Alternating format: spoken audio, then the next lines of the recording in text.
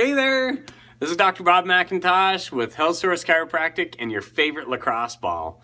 So what we're doing today is we're talking more about this thing and where else it can be used. If you want more of these videos, please go to the Facebook page, please go to the YouTube page and share the video when you do it. Share the link or like it, be able to spread the love. Please do that, I appreciate it.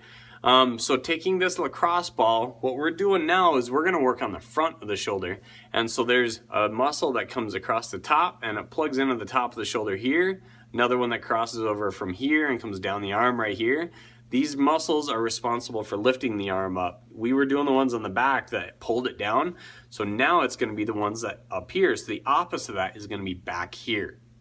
So how are we gonna do that? We're gonna take it to that short and straight state, put pressure on it, and then reach that arm backwards like this. So it'll be lacrosse balls on the floor, I'm laying on my tummy, and now I'm reaching backwards like this. Arm here, backwards like this. Same thing.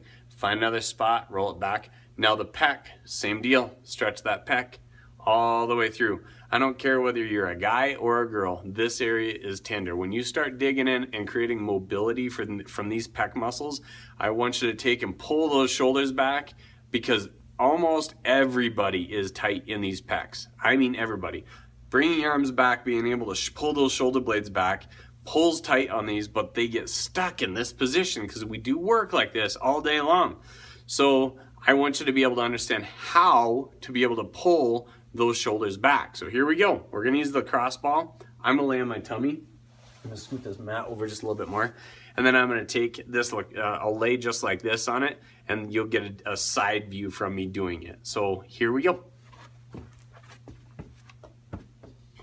This position is where you wanna be, and whether you're on a softer surface or a harder surface, it's up to you. This does take some of the cushion out of it because you're held up further off the floor, or you can do it on a hard surface.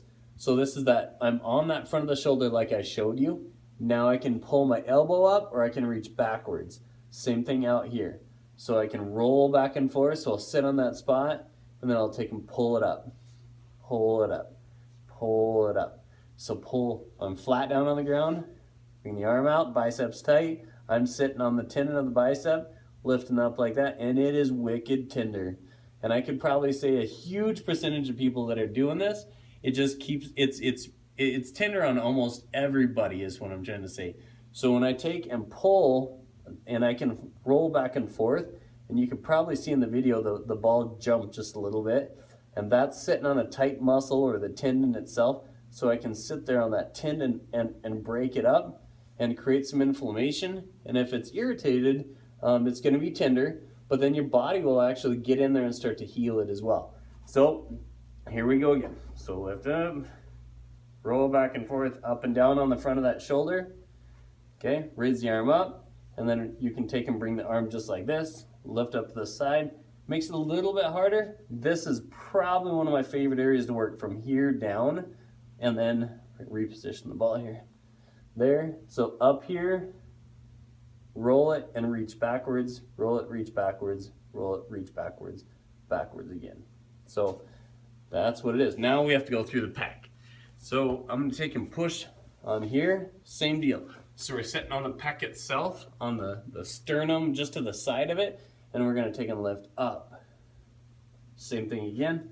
So get off the ball, let the muscle fibers kind of slack back up and fall under the ball. So now that the arm's sitting there, you might be able to feel those tingles down the arm, you might be able to feel kind of an ache in the arm, that type of thing. Hold that spot, lift it up, stretch that shoulder blade back. Breathe. Put it down. Pick up, find another spot. Again, up, pull the shoulder blade back. Stretch that pec out. Same thing again, find another spot. Breathe. Lift up, pull the shoulder blade back. All the way through here. Roll that pec now, hit the whole area. Just roll all the way around.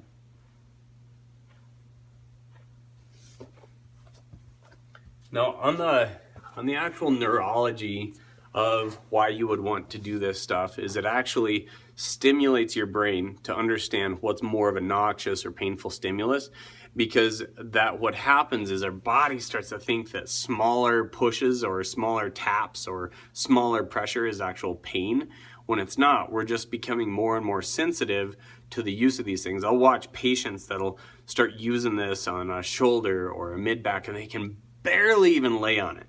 And after about 2 weeks of doing this stuff and been really focusing every day, getting it twice a day, what happens is that inflammation starts to leave really fast, and pretty soon they're able to put like twice, 3 times, 4 times the amount of pressure on that tissue and be able to break up and dig deeper and stretch the tissue.